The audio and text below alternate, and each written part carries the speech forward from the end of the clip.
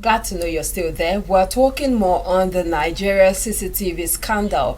And of course, we have another analyst in the studio. He is Segun Elemo, a public finance analyst who would be shedding more light on this issue, of course, from the financial perspective. Segun, welcome on board. Thank you for having me. All right, thank you so much for joining us. Okay, what is the implication of the loan that was borrowed that will be have to pay back, and we've not seen the what's the project or what the money has been used for of the money?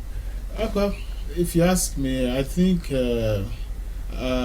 basically, I mean, it's in simple terms, it just means that we're repaying a loan that is of no benefit to the Nigerian people.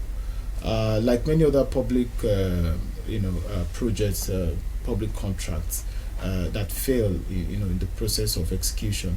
The CCTV issue also, I think about $460 million loan, about 1.5 billion naira.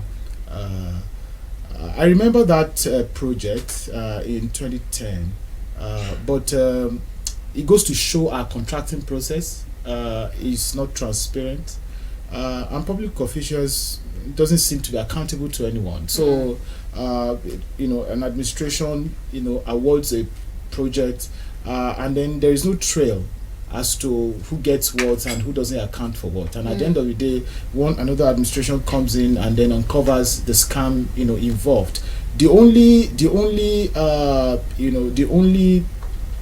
very sad thing about this contract is that since the loan was secured, I mean, interest continues to pile up, and the debt burden that's why was is on the people. You understand? But as a public finance analyst, what is the implication of this loan? Nigeria still has a debt profile of about 25 trillion naira, and was still servicing that. Now we have to service $460 million loan. Yeah. And we've not even seen the essence of the loan. Yeah. What is the implication of all this on the economy? Yeah, the implication is that, as you can see, the 2020 budget, I think about 25% of it is going to debt servicing. That's the implication. That we are not able to, cut out money for implementing the budget, improving infrastructure locally, and then of course another implication is that that particular project was meant to curtail insecurity in the federal capital. It's going to, so you have a situation where insecurity will still continue. You have a situation where nobody is able to track anyone who is doing what within the federal capital. I mean, it's very, very sad that the whole of the federal capital, you can't even monitor movement, and then you can't backtrack on what is happening and what has happened and all of that, and then using that to inform your security policy and how you move on. So those are some of the implications, apart from the fact that it creates a debt burden on the people, because at the end of the day, it's taxpayers' money that will be used to refund all of this money. So the gap in infrastructure also is there, and then of course investors will not take us serious, because it then means that if some of those basic infrastructures are not in place, and then we're calling people to come and invest in the country, I mean, what confidence would you? But of course, we have to bear in mind that Nigeria's ease of doing business has shot up now. We've moved 15 places higher than where we were before, 146th before, now 131st in the world. How did we get to that point, considering all these debts issues, severing contracts and all that? How did it get to that point? So I mean, I believe you're talking about the improvement the World in the Bank, yes. So there's been lots of reforms. I mean, I'm aware the Vice President, Professor Yemi Osinbajo, has been pushing lots of reforms in that regard, sanctioned by the president. So it's moved, there's this Presidential Enabling Business Council, PEBEC, or what is it called? So that's been, the driver. You think PEBEC played a huge role? No, of course, PEBEC, played a very huge role in this regard. And then, of course, they also rallied around,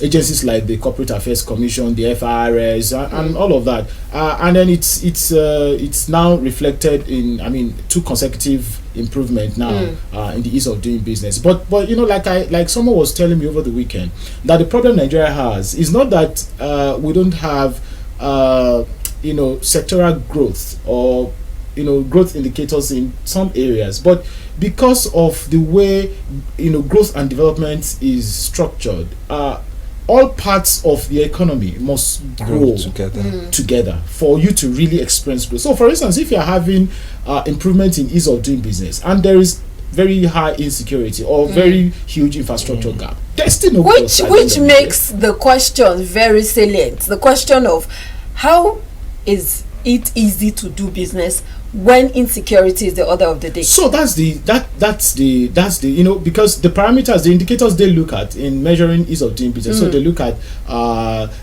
for instance, they look ease at of registering business, filing your taxes, and then some of those feedbacks, some basic. They're not looking at the macro issue of how does for instance, how does interest rates, for instance, influence doing business. Locally, it may not affect foreign direct investment because they're bringing in money from outside the country. But the insecurity issue affects them. Remember, certainly, there were some 4 Turkish men who were abducted in Kwara State. Certainly. It affects. So I'm wondering why insecurity is not one of the indices. That's left to those who put the parameters in place, we could say one way that insecurity, using the activities, insecurity issues around the federal capital, you could say that insecurity has security has improved slightly, but security is such like health, where you don't say slightly. You want very optimal, that can give confidence to people, whether tourists, whether investors, whoever they are. Say, okay, when you are coming to this environment, you can be rest assured that there is nothing, or even if there will be something, we're on top of the matter. But when you have a situation where a CCTV project is awarded, money is released, and even up to now, we don't even know who got the money. Whether, of course, we know there were foreign companies involved in the contract, but of course they must have been some also other local companies, because that kind of contract, I'm certain it can't be one organization. But what should have been the role of the finance minister in all of this? I know that yes, she's playing ignorant, like she doesn't know what happened, who were the people, the contractors giving the money. She's acting, or let me say, she has said she has no information as regards all that. But what should be her role in all of this? No, the role, because they would say they were not in government when all of this happened. But I think their role now is to throw everything open. Tell the Nigerian people, because it's not anybody's money. It's the money. Is the people's money. So the role now is to let it bear. We are paying money. We are servicing debts that we don't even know. We don't even have the details of this debt. So the thing to do now is to just throw everything open.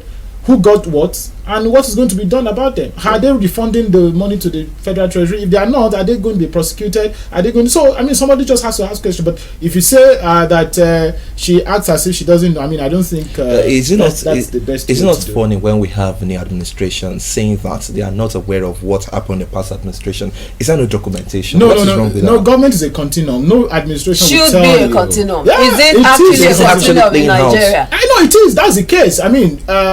But we still have some saying that they are not aware. No, the bureaucratic process is such that there is proper documentation of whatever happens. So if any government official, public official, and a government institution or an agency of government comes to say that I'm not aware of, no, that's not tenable. But you are saying government is a continuum. Yeah. Is government actually a continuum in Nigeria? Well, there's been the case of where you have slight how do I put it now, where you have disconnect between one.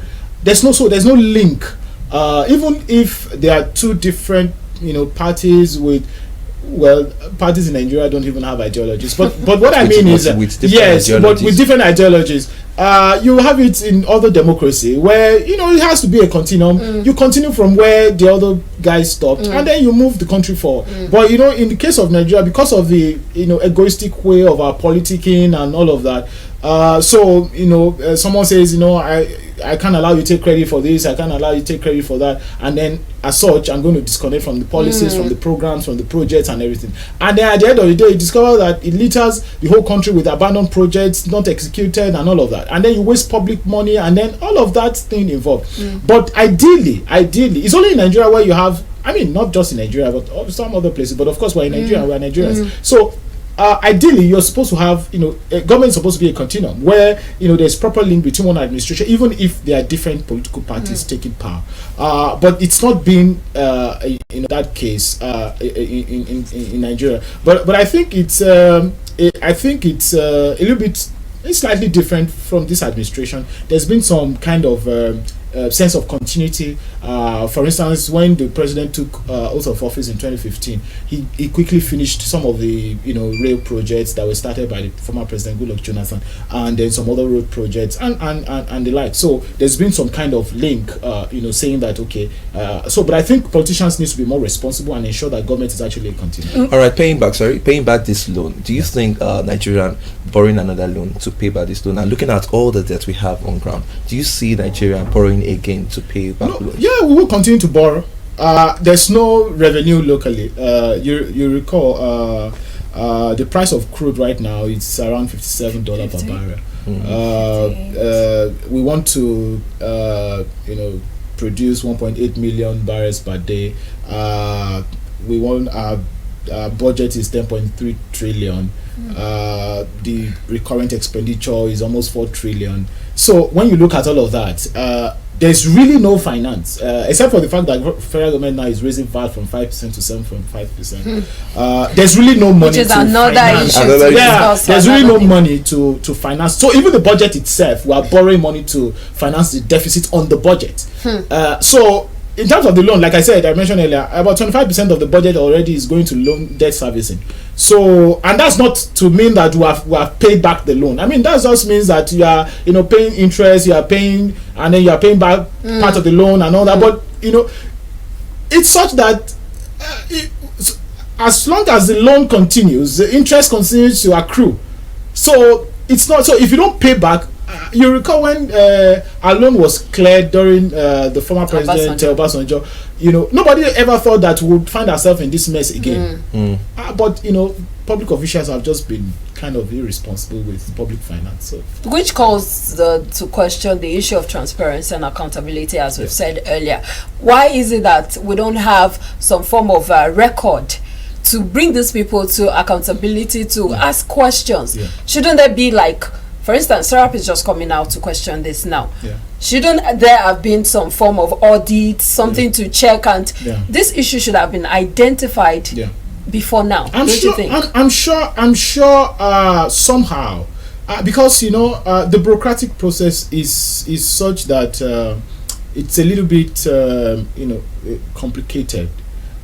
So I'm sure somehow within the bureaucratic process now, the structure now, there must have been some kind of audit and or revelation in this area. But whether it has come to the open, to the knowledge of citizens, is another matter entirely. And I believe that's why I appreciate what SERAP is doing right now. I mean, trying to get the details of that contract. But like I mentioned earlier, it also goes to show our contracting process in Nigeria. If we have open contracting, where everything is is laid bare, where everything is transparent, the whole process from bidding to tendering, from everything is laid bare, and everybody sees the process, this kind of issue will not arise. So at the initial stage, citizens themselves will understand what the contract is, who is awarded the contract, how much has been released, and what's the implementation status of some of these projects. Does this have anything to do with the governance also? Looking at this administration, we have different cases of corruption being swept under the carpet. They talk about people being probed by the EFCC, and then it just goes off. Nobody talks about it again. Do you see this happening again in this case? In this case, so for instance, there is political expediency in some of this issue.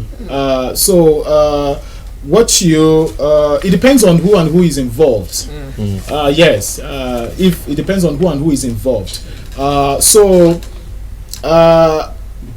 I know how politicians think. I'm not a politician. I don't do politics.